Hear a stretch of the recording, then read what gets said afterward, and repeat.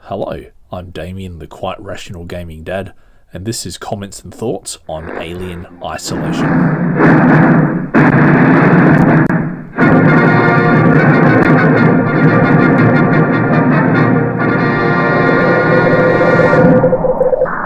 One of the cool things about this game is the way it's presented. It really has that late 70s, early 80s filmmaking feel about it. And if you look at some of the documentaries and some of the background of how they produced it, they got a lot of the original actors from the original Alien film to provide voice or even game design. So you can see here, yes, you're floating in, alongside this massive planet far away from home. And so the whole game is designed to give you this feel that you are isolated. You are in a battle against a monster that you can't really defeat. Sorry, I've given away a spoiler there. So first up, I'm going to play the Crew Expendable game. I'll get into the actual isolation game later on. But yeah, in the intro screen you get, various tips and tricks on how to play the game. So let's just watch this. Whatever it was big and... You sure it took him into the air shaft? Disappeared into one of the cooling ducts. My question is using the air ducts to move around. That's not really a question, but... The shaft may work to our advantage. We can lead through down to the main airlock. Who gets to go into the vent? So this part of the game you can actually choose a character, but yeah, I decided to choose Ellen, just to keep it canonical. Ripley, you lead it into the primary air shaft. We trap it on the lower deck. Then Ash opens the airlock. Lock down the maintenance hatches with Parker, Lambert, and me tracking it on the way. Let's do it, people.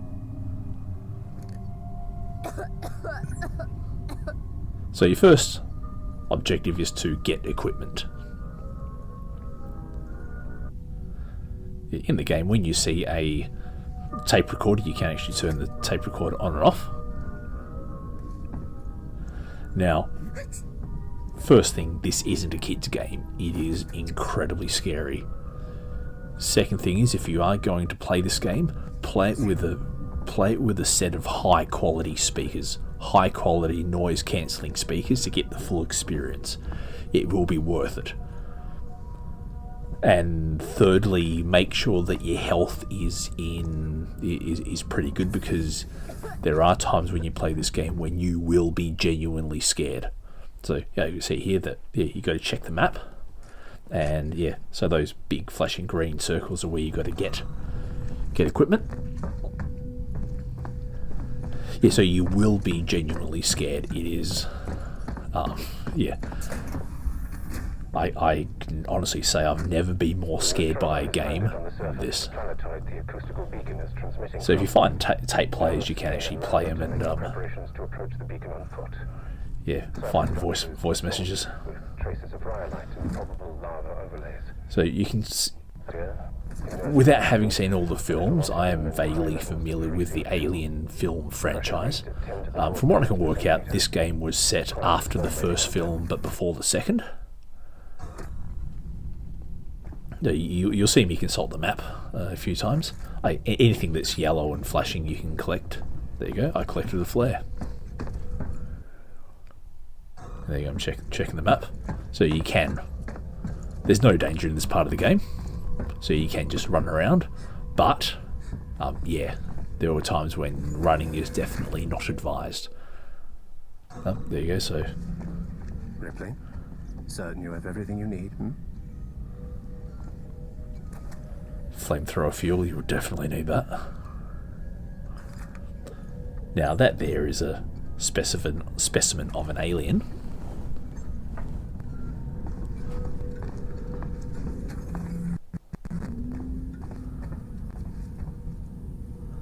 I just look around for any collectibles. Alright, so me not knowing much about the game, you're on this planet and you're trying to escape an alien, is that right? You not know this is a spaceship. Great. So there's a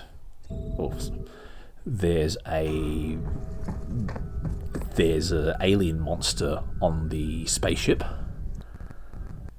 For some reason it's not attacking right now. But yeah, so what they were saying before in the intro was that the monster had come through the air vents and just taken one of the crew members. So what they're doing now is there's a plan to shut the alien off in one of the hatches, and then they will then disconnect the hatch from the rest of the ship and send the alien into space and hopefully survive. So there you pick up a flamethrower, and you will need a flamethrower.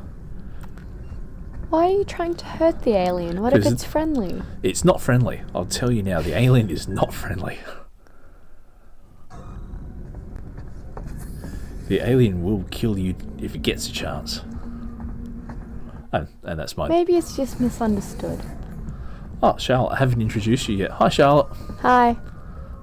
Are you Kids. saying hi to me? Yes. Oh, hello. I've known you for a good 12 years. That beep. That beep is your motion detector, as I've got up there. That motion detector will help save your life. A number of doors, so you'll need to gather equipment en route. Mother isn't really helping the situation, unfortunately. No, Mother's not helping. Mother. Good luck. I'm closing the hatch behind. Alright, so you're going down the hatch. You're going into the belly of the beast. Belly of the beast. There's a saying. So you got to find hatch 00B1 and seal it.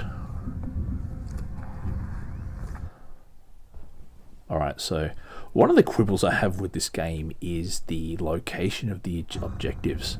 I feel that this game actually goes out of its way to put objectives as far apart as possible in order to maximize the danger. It is very, very rarely in this game, even in the game proper, that you get two objectives that are right near each other. You would typically find that you get one objective on one corner of the map, and you get another objective at the other end of the map. And yeah, the game just goes out of its way to put you in as much danger as possible. So one of the things you'll be doing is checking your map a lot, because you need to find where you're going. Or you can just live on the edge and wander around. Well, you could, then you won't be surviving. So you'll be consulting your motion tracker frequently, because basically anything that moves is the alien. You can climb through air vents to take shortcuts. When the game is in easy mode, like I've got it here, the alien doesn't pick you out through the air vents, but in the harder levels, the alien will find you and take you through. Oh, there it is. Yeah, in the easy levels, the alien is actually quite dumb, but I can tell you in the hard... Oh, jeez. Yes, the game makers make excellent use of sound to heighten the tension. So I'm really trying to avoid. And yes, the game is deliberately dark. Or when you hear that, oh jeez, that's okay. When you see the alien climb into the ceiling, you get some brief respite. All right, so you've got to go into here. Jesus, you took your time. Set up my side of the system. I'm a sitting duck here. You're safe now, Lambert. Just sit tight. It'll be over soon. So do you know why we're in this spaceship? Basically, this spaceship is a I don't know the whole story, but yeah, the spaceship is like an engineering spaceship. So they travel to other planets to find treasure. And aliens, apparently. Well, the aliens find their way onto your ship. See, to all those people who say that aliens aren't real. Okay, so you've done one mission. Now you've got to go through and seal off the other hatch. And then once you seal off the other hatch, you can then... Okay. So one of the cool things is if you're in an air vent and you try to use your motion tracker, the motion tracker is deliberately gives you false readings and makes it unreadable. So you have to kind of stick your head out to get a proper reading, by which time the alien may actually... Oh yeah, so with your flamethrower, you can actually light your way through the tunnels. Excuse sorry for the pixelation, had some network lag as I was playing this on my PC. Oh, there. Motion. So you've got to... Now, unfortunately, that motion is in the direction that we're headed. Convenient. Mm-hmm. Yeah, so one thing about the alien is that the alien's movements are unpredictable. You don't know where it's going to be. All you can basically do is not be in the same room as it and hope to hide. So you can hide under desks. Yep, there's some flamethrower fuel sitting on a chair.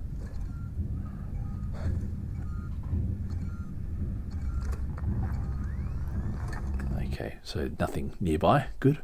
Now I've got to go through the server room.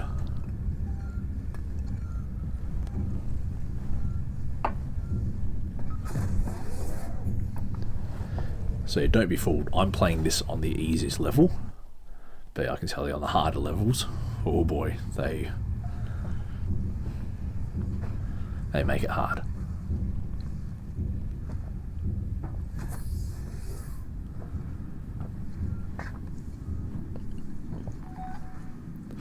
Oh, when you hear that beep, geez, you better hope you can find a hiding spot very quickly.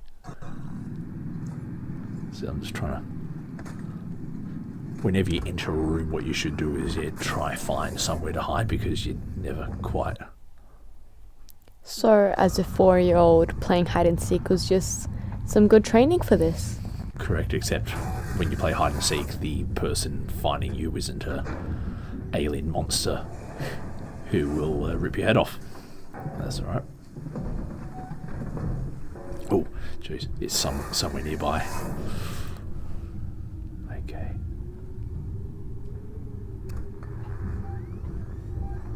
Okay. So you got to get out of the vent in order to... Yep, sorry, I'm just trying to consult. Whenever you come across a green box that's lit up, that is actually, you can find items.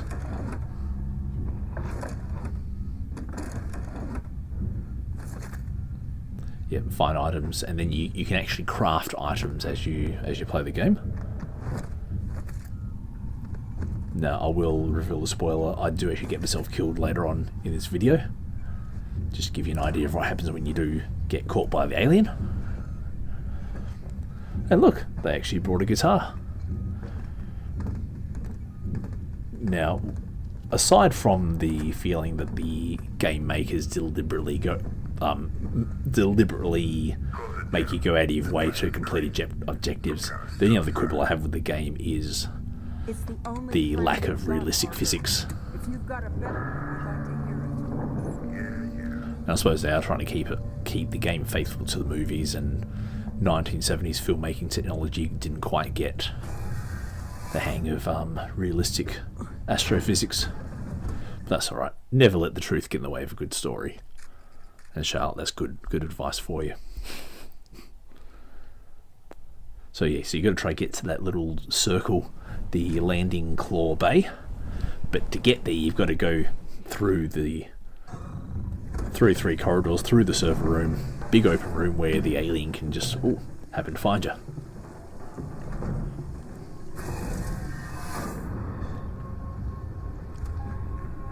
And you volunteered for this, why? Adults do funny things, Charlotte. Alright, so yeah, so you will be consulting your map a lot. In the actual game proper, when you actually do play the proper full game, it will take you a lot of hours. I'm talking probably at least I reckon about 60, 70 hours to complete the game. And that's just on the easy. That's just on the easy level. Oh yeah, so you can actually get into lockers and hide. Well, there's something. And I walk into it to... I think here I'm actually going to demonstrate the use of the flamethrower. Oh. It's coming. You know it's coming. There it is. But in the easy version of the game, it is quite stupid. So I'm going to burn it, and it'll run away. Now you can't kill it. That's the thing about the game, is that you cannot kill the monster. Well, that makes it easier for you, eh? You can distract it with sound, so you can actually make a noisemaker to try, and you throw the noisemaker down the corridor and hope that the alien gets distracted by it. Or you can actually burn it with a flamethrower. But the problem is, the more you burn it with a flamethrower, the more used to the burning the alien gets. And so after a while... Oh, there you go. As I'm saying, the game makes you go all the way down there through many different rooms and corridors. So I'm just, looking at... Distracting the alien with sound. Reminds me a lot like Granny. I've never played Granny. It's a hella fun game. Now, the cool things about the graphics is, as you walk through... Oh, I've been caught. Oh no, look. Nice teeth. Oh, cheese.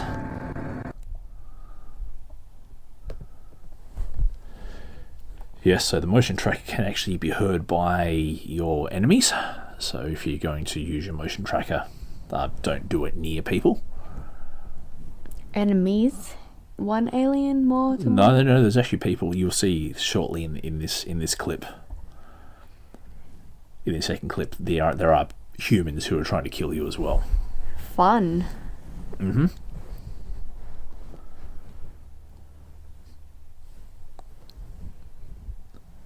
Now, what's taking... Yes, and also if you hide in a locker, you can't use your motion tracker when you're in the locker. So you're going to be very...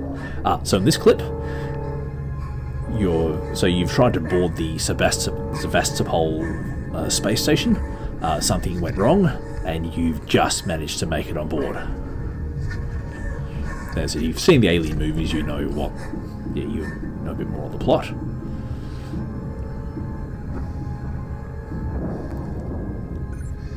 Alright, find help.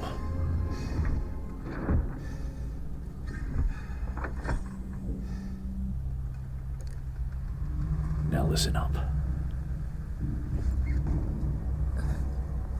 So, never mind the lack of realistic astrophysics.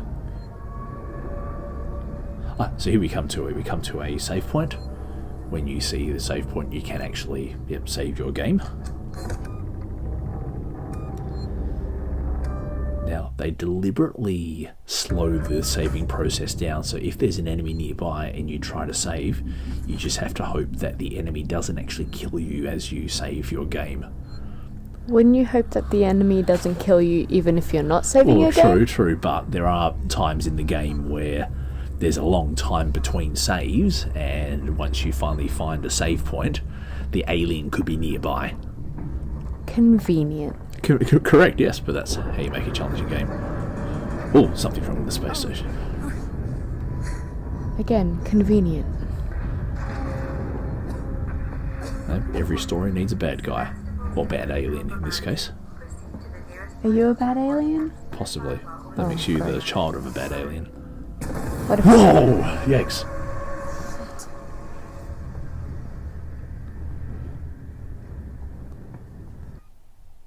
I must have paused. Yeah, there you go. Alright, so I'm going to try to find where... I don't have a map. So I just have to climb into an air vent. Just casual climbing into an air vent without a map, with a rogue alien running around. This is basically the beginning of the game, so you haven't met the alien yet. A couple of hours in, you will meet the alien. But this part, no, you're trying to find help.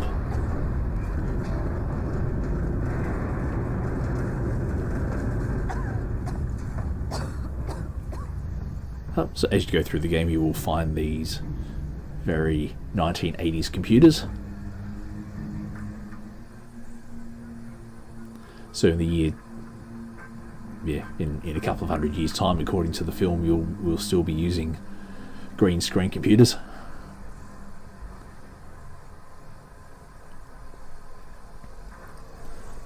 So this space station has been decommissioned by the owners.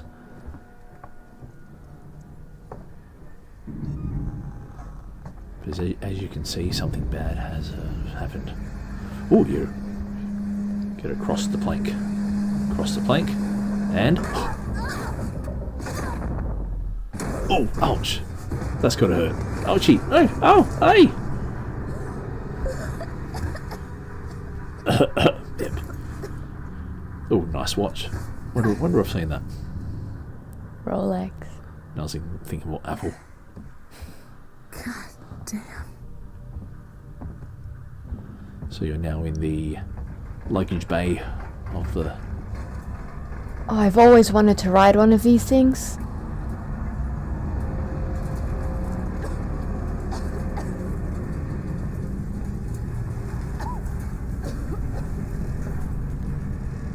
You always know Working Joe. Ooh. Yeah, Joe. Well, no, you'll see later on in the next clip, you get to meet the Working Joe robots. And Cotton Eye Joe. And anyone who's seen the... no, not Cotton Eye Joe. Anyone who's seen the movies will know exactly what a Working Joe is and what they do.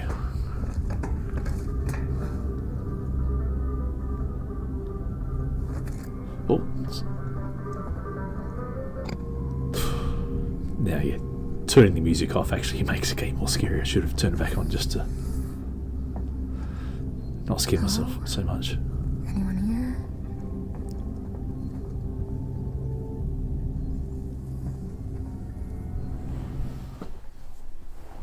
Checking the map again. Checking the map.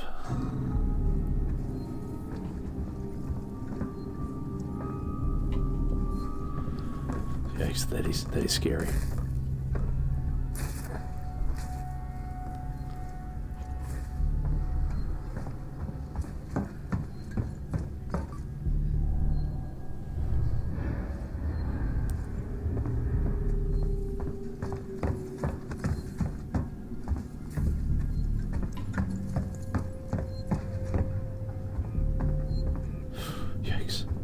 So here you can update the map, so you get that, and then you... oh look, you can then see...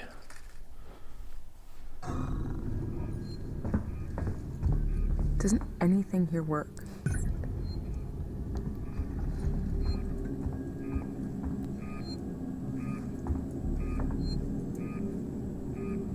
So low power, the computer has low power, so it won't work.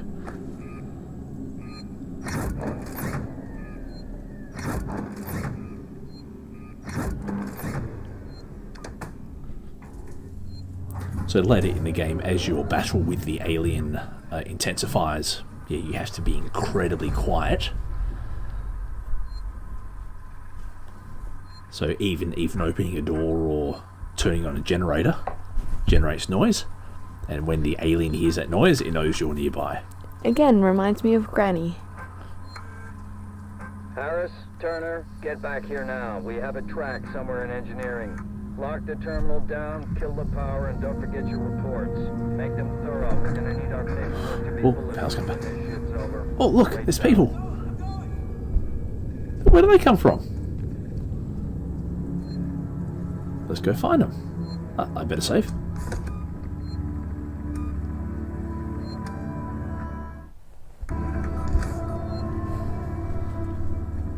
Alright, so flares and noisemakers, yeah, you can use them to...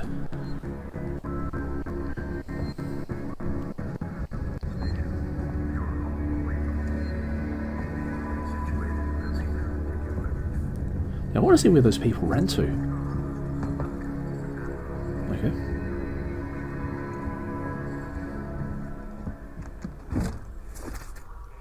your scraps.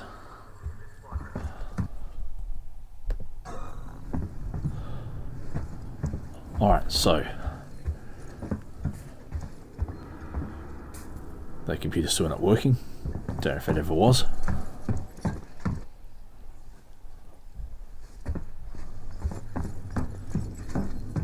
So the sound effects are really well done. They give you this impression that you are in a spaceship. Okay, that ignores astrophysics, but yeah, as I said, you probably will get a heart attack playing this game, particularly if it is dark and you're alone. Oops. Or maybe you're just a wimp. Possibly.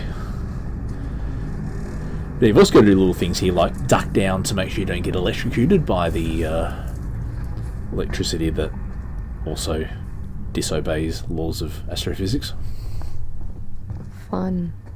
Well, lots of graffiti here. Yep. And I thought kids cause trouble. Yikes. Alright. In this last clip, I'm going to show you what humans do to you if they find you. Clip. So I'm trying to hide. Oh, music's just gotten scarier. They found me. Please don't let them find me. Oh no! Oh, ouch. One shot, I'm gone. So yes, Alien Isolation is an awesome game. If you've got a PlayStation or whatever platforms it's on, it is awesome. Don't play it at night, don't play it by yourself, but play it with some awesome headphones. This has been Damien, the Quite Rational Gaming Dad, and this has been Charlotte. I really need a cool name like that. The Irrational Daughter. As thanks. You're welcome. Goodbye. Bye. And now for a little bonus recording. Now the kids have left the room. My whole take on the Alien series is that the alien, to me, represents fear. It's a black. It's black. It's dark. It comes in a form that you can't quite see unless you look it in the eye. It's you don't know where it is. It's pervasive. So to me, the alien characteristics seem to me, as someone who suffers from anxiety disorder, to other people, I've related what I go through as sort of like being in a locked room with a monster, and you're constantly fighting to get away from the monster, but wherever you go, the monster is there. So to me, as I'm playing the game, that's one thing that really comes across. Probably the next thing that comes across is all the subtle digs at corporates and how companies are run by people who are looking at the bottom line, or who have other interests at hand. And if as you keep playing the game, you come across instances where shortcuts were taken, or decisions that weren't in people's best interests were taken. I remember one conversation I was having with my manager, and we were talking about a client of ours, and how their demands kept on getting bigger and bigger and bigger. And I said to him, mate, it's a bit like the xenomorph in the Alien series. It just keeps feeding and feeding, and you just can't seem to defeat it.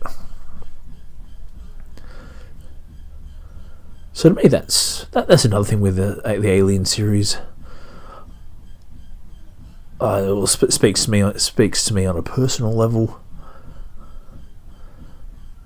and I suppose now with the prevalence of technology and how we use technology and robotics to make our life better. Now it's a very constant theme that's been in movies, such as iRobot or Terminator, or in here where humans develop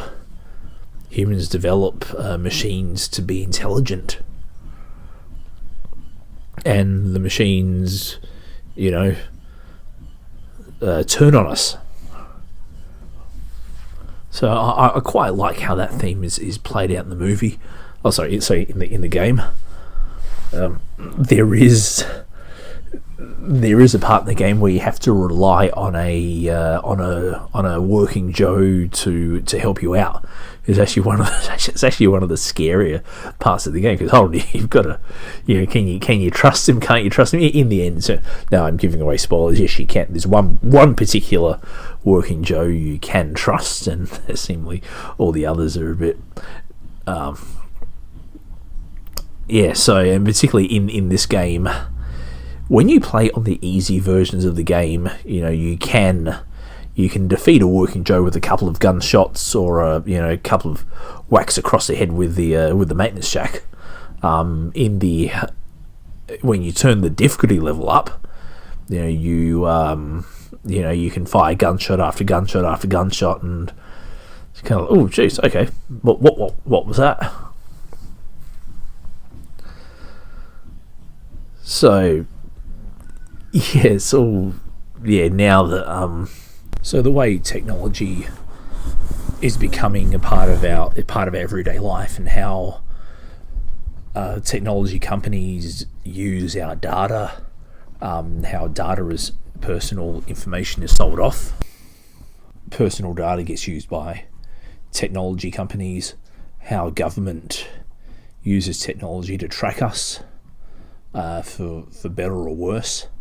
So this is all something that we have to think about as technology becomes a greater part of our lives. Now, for me, technology has given me a job, it's kept me in a job, allowed me to do new things, things I couldn't have done 20, 30 years ago. So the way that this game puts all those themes together, I really quite like. But then, it really gives you a lot to think about as you,